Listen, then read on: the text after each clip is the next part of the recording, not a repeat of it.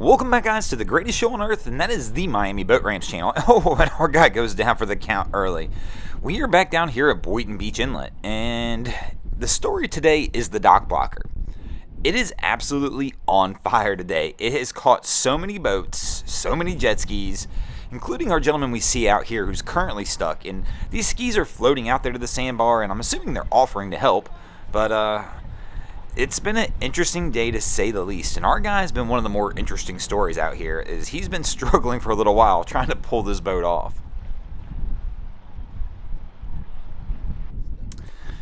And our guy has gotten back into the boat, and we've got another vessel over here that appears they're going to come over and try and give a hand. And this is kind of a rare occasion. I'm not going to lie, we don't see a whole lot of this by just civilian vessels. In other words, we'll see some of the sea tow captains and towboat captains, obviously, when they get the call, they've got to go over there and try and get these guys out. But it's so shallow and difficult, it's tough for another civilian vessel to get in there close enough to really be able to lend the kind of hand that will be needed. But these guys are going to give it a shot. And our captain is out of the other vessel with a 15-foot line. So he's even going to make this one more difficult because this crew's got to get close enough to get that line attached to at least a mid or a rear cleat, and preferably a mid cleat.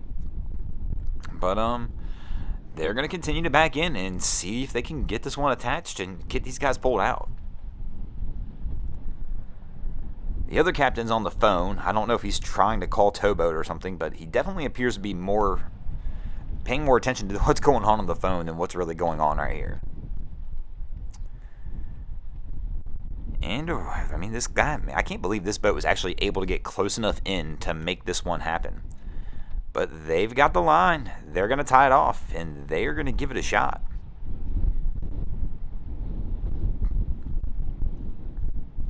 But, Captain, yep, you need to get out the way, bro. You've got somebody here who's willing to help. Probably time to hang the phone up. And the captain from the towing vessel, they're yelling at him to get inside the boat. And he's, once again, just more interested in talking on the cell phone to whoever he's talking to. And they're going to start yelling at him again that he needs to get inside his vessel because they're going to tow this vessel off without him and leave him sitting on the sandbar. Captain finally gets the hint. And even Wifey's probably really not in a good spot on this polar. I mean, if that line snaps, that's coming right back into her face. And this other crew's watching this polar being pulled off the sandbar. These guys that are just to the left of both these boats almost hit the sandbar, saw this and went around, but there's another crew and a bow rider coming up right behind them, about to go onto the sandbar, appears in the exact same spot this polar was. So we're going to have a little success here, and we're going to get this boat towed off, but it appears we're going to have another boat coming right behind them. This is happening right in front of you. How do you not see this? But somehow they don't, and they push right onto the sandbar. It has been like this all day down here at Boynton.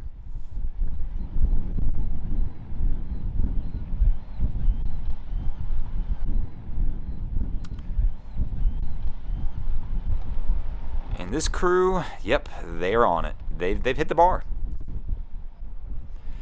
And they're full throttling their way trying to get off of this. But this boat's not moving. Even though they hit it slow, somehow they've high-sided it good because this boat is stuck. It's just incredible to me. They just watched another boat get pulled off the sandbar, like from this exact same spot, right in front of them. I don't know if they just weren't paying attention when it happened, but you can see the same polar that just got pulled off up here on the top right-hand corner of the screen. And that crew's going to try and bring it in over to the dock, and these guys are going to get all four of these guys here off the vessel and try and push. But this is never a good idea either. You should always leave at least one person on this vessel. And the main reason you want to do that is because if the vessel gets away from you, at least then that one person can gain control of the vessel. But these guys don't look happy. There's definitely a little bit of disagreement about how this should go down out here. We got the guy here just basically telling them we need to go that way. The other guy's pointing to the other side. I'm sure there's a lot of bickering about whose fault this is. And it doesn't matter because you guys, I mean, they have stuck it. They're pushing, and this thing doesn't really appear to be going anywhere.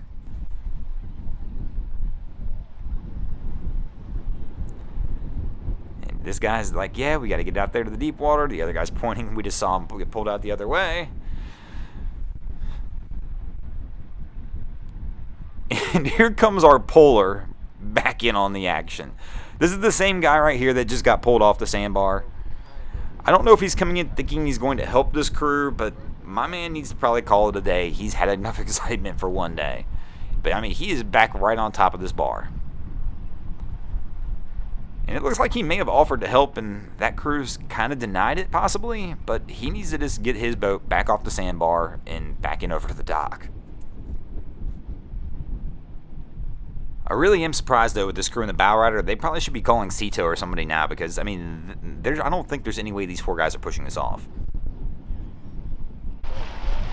And this is the crew that rescued the polar.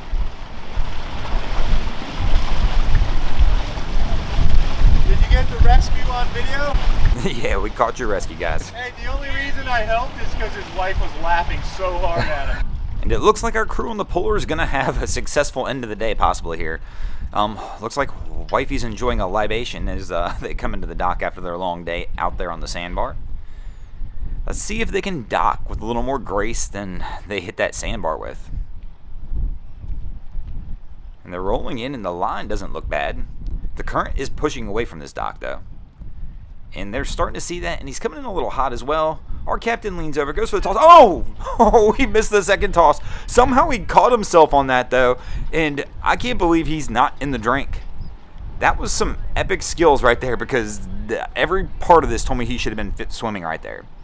A lot just happened in a really short time, though. We're going to have to come back and recap this one because this was a pretty wild event. I mean, and a lot happened, seriously. So here comes the boat in. He goes for the first toss, the miss, the second toss, and bam, somehow, like with cat-like ninja reflexes, my man holds it and stays in the boat. But to top it all off, this crew notices that something's going on, blind throw, catch by grandma, and the push-off, and then he loses the line off the dock, and the crew that rescued him the first time is able to jump into action and rescue him again.